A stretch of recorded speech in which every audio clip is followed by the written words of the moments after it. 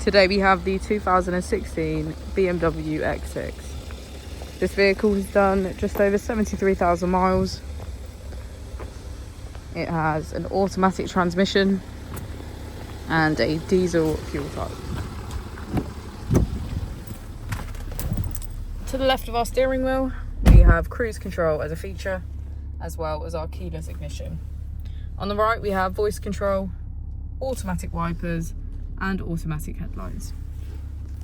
Moving on to our screen, we can access media, radio, smartphone integration, and navigation. If we put the vehicle into reverse, we can see that it comes with a parking camera with front and rear parking sensors.